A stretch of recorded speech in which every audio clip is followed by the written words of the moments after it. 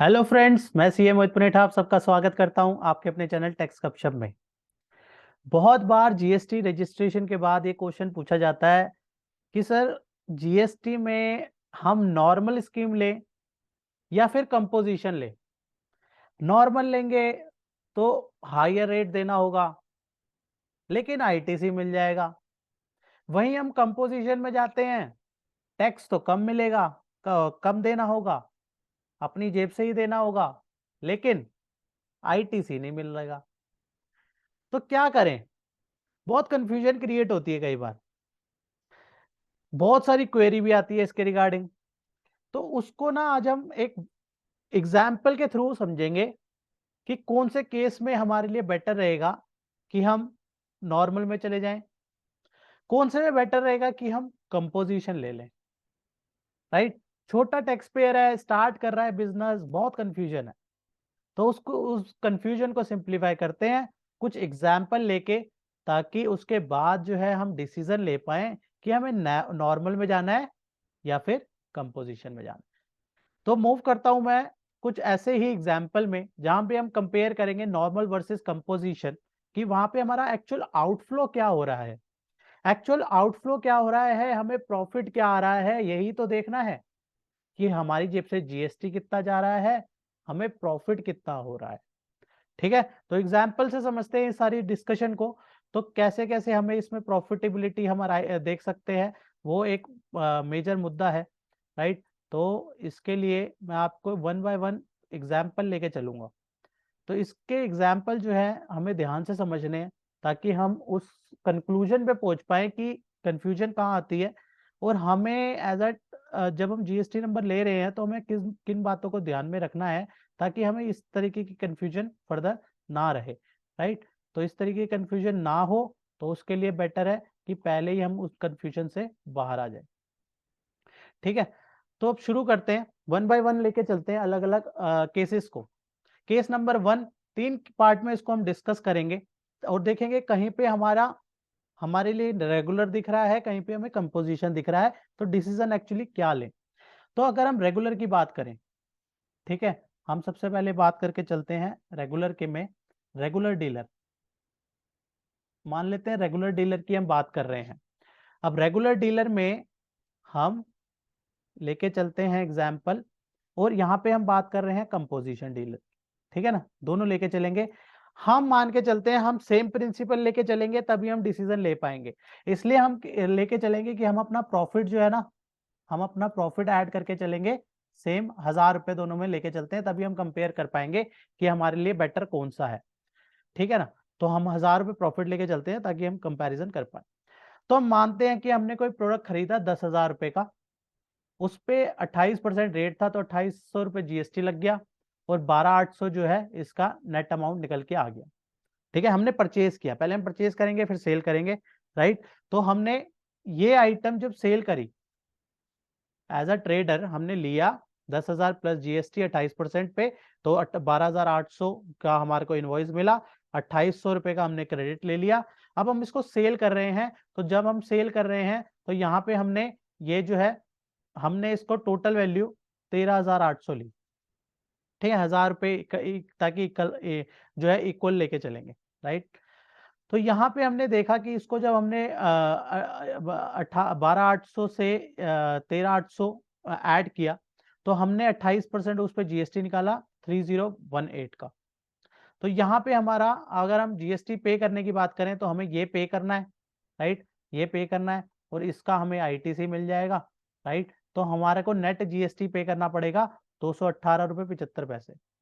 ये हमारा जीएसटी का पार्ट हो गया। और बात करें प्रॉफिट की, तो प्रॉफिट हमारा कितना, नेट प्रॉफिट कितना निकल के आ गया, 10,000। ये हमारा एक सेलिंग प्राइस ये था।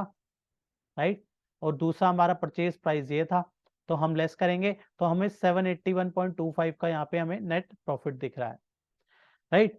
इसी केस को अगर हम कंपोजिशन में देखें, इसी केस को अगर हम कंपोजिशन में देखें, तो हमने अगर वही जो 10,000 का लिया था, 28% जीएसटी लगा के ही हमें मिलेगा।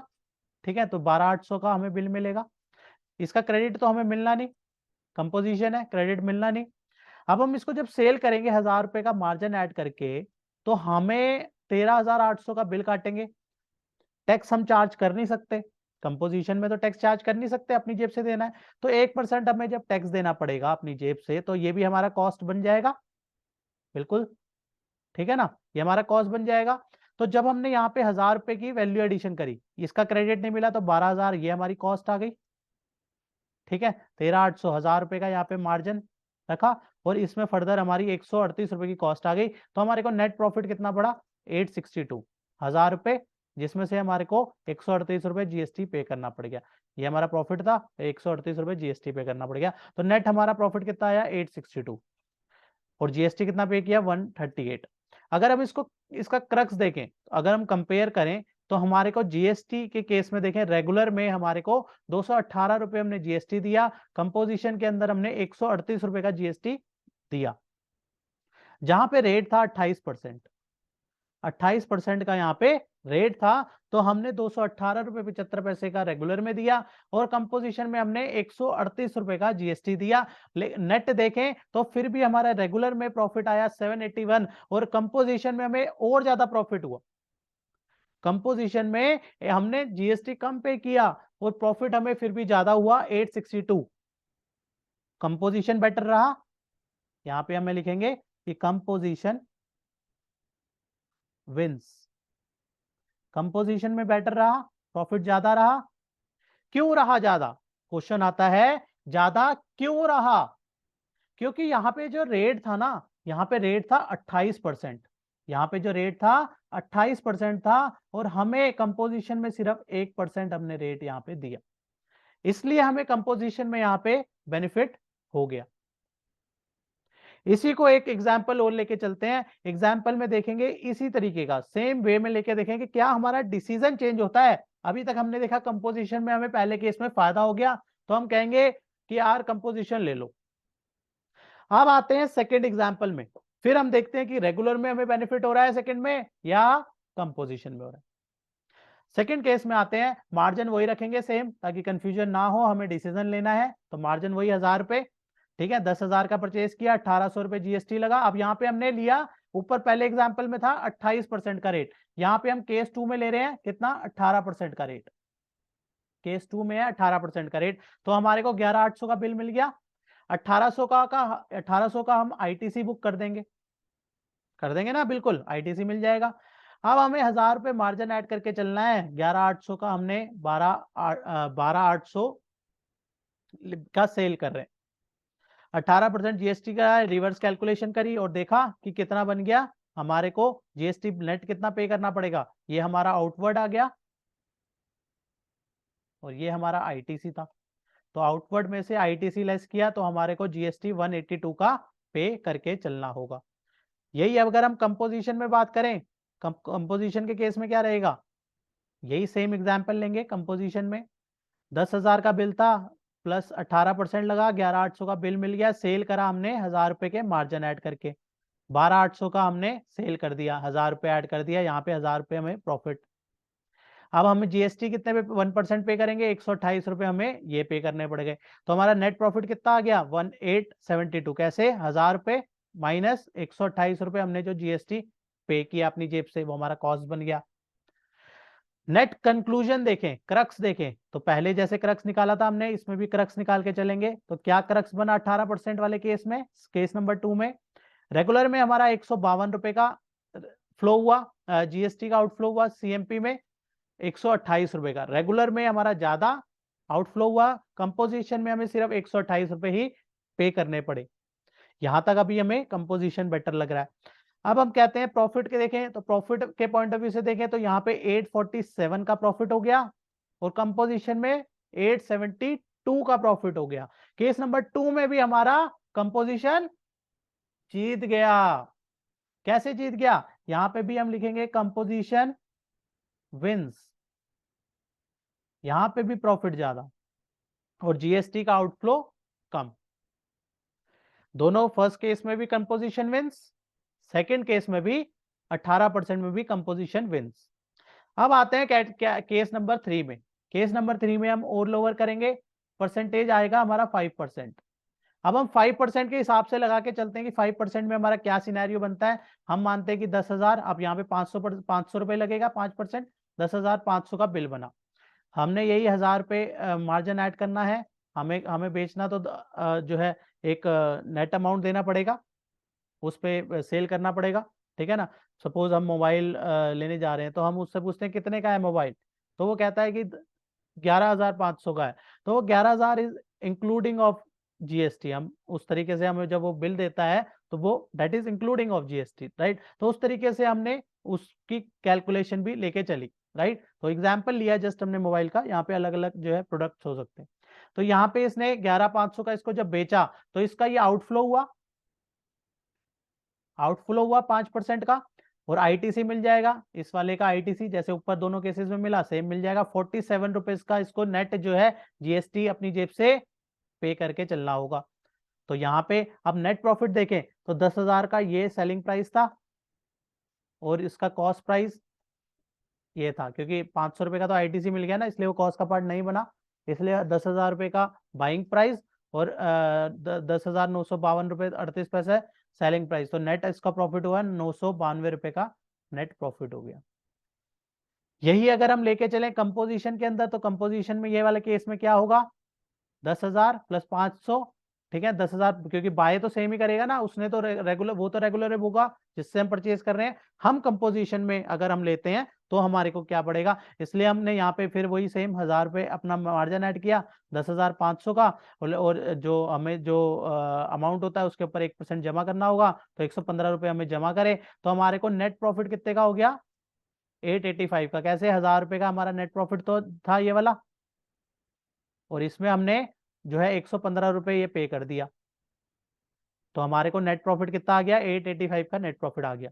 अब इसमें कंपेयर करें तो यहाँ पे हमारा जीएसटी का कितना हो गया, रेगुलर में 47 रुपीज का आउटफ्लो हो गया जीएसटी पे अंदर, ये वाला रेगुलर में, और कंपोजिशन में कौन सा हो गया, 115 रुपये हो गया।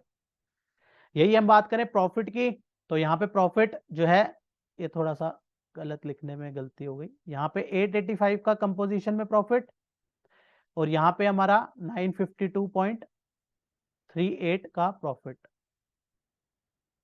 तो यहाँ पे हम देखें कि हमें प्रॉफिट नेट किस में हो रहा है ज्यादा, यहाँ पे हमें नेट प्रॉफिट किस में हो रहा है, रेगुलर में ज्यादा। तो यहाँ पे कौन जीता, यहाँ पे रेगुलर विंस, प्रॉफिट किस में ज्यादा है, 952.38 पे रेगुलर के केस में प्रॉफिट ज्यादा है, जीएसटी भी कम जा रहा है 47.62, प्रॉफिट भी ज्यादा हो रहा है 952.38। पहले दो में कंपोजिशन जीत रहा था, यहां रेगुलर जीत रहा है, क्यों, मेन बात है समझने की कि क्यों हो रहा है ऐसा, क्योंकि यहाँ पे रेट जो है सिर्फ और सिर्फ हमारे एग्जाम्पल में 5% का था। जैसे रेट कम हुआ, रेगुलर में फायदा होने लग गया, समझ में आया, रेगुलर में फायदा होने लग गया। कंपोजिशन में पहले फायदा हो रहा था, क्योंकि 28% से सिर्फ 1% देना पड़ रहा था, फायदा हो गया। 28% से उसको 18% से केस नंबर 2 में 18% से 1% देना पड़ रहा था, फायदा हो गया। लेकिन केस नंबर 3 में 5% से 1% जब कंपोजिशन का कंपेयर किया, तो वहां पे 5% में ज्यादा फायदा हो गया, क्योंकि उसको एक तो आईटीसी मिल गया, इस वजह से उसको जो है 5% वाले केस में रेगुलर में फायदा हो गया। तो इस तरीके से हमें कंपेयर करके चलना है, हमें देखना है हमारा एचएसएन का रेट क्या है, वो ध्यान में रखना है। हम सर्विसेज दे रहे हैं हम, तो हमारा सैक कोड का रेट क्या है, वो बहुत मायने रखता है, उसको लेके चलिए, इस तरीके से एग्जाम्पल ड्रॉ करिए, आप कहीं ना कहीं कंक्लूजन पे पहुंचेंगे कि आपको रेगुलर लेना है या फिर कंपोजिशन लेना है। अदरवाइज कंपोजिशन में और भी रिस्ट्रिक्शंस होती हैं, आप सब जानते हैं सेक्शन 10 में। तो उसके अलावा अगर हम ऑप्ट कर सकते हैं, हम एलिजिबल हैं ऑप्ट करने के, तो उस टाइम पे आप कंपेयर कीजिए कि आपको नॉर्मल में ज्यादा फायदा हो रहा है या फिर कंपोजिशन में ज्यादा फायदा हो रहा है। होप ये जो एग्जाम्पल हमने 3 लिए इस अलग अलग रेट के, ये काफी ज्यादा जो है बेनिफिशियल रहेंगे। तो ये ज्यादा ये बहुत ही अच्छी मुझे लगा कि इसको शेयर करना बहुत ज्यादा जरूरी है, इस तरीके के एग्जाम्पल्स को, तो इसको एक क्लिप के थ्रू जो है बना के शेयर किया जाए। तो होप आपको अंडरस्टैंडिंग क्लियर हुई होगी। फिर भी अगर कोई डाउट है तो आप हमें मेल कर सकते हैं, techsgupshup@gmail.com पे आप अपनी क्वेरी मेल कर सकते हैं। तो इसी के साथ आज की डिस्कशन को क्लोज करते हैं, मिलते हैं नेक्स्ट वीडियो में नेक्स्ट टॉपिक के साथ। टिल देन जय हिंद, जय भारत। होप आपको ये इन्फॉर्मेशन पसंद आई होगी। तो इसे लाइक कीजिए, शेयर कीजिए। रेगुलर अपडेट्स के लिए आप हमारे चैनल को सब्सक्राइब करें। नोटिफिकेशन बेल आइकन को प्रेस करना ना भूलें, ताकि जैसे ही नया अपडेट डालें आपको वो इमीडिएटली मिल जाए। Thanks for watching.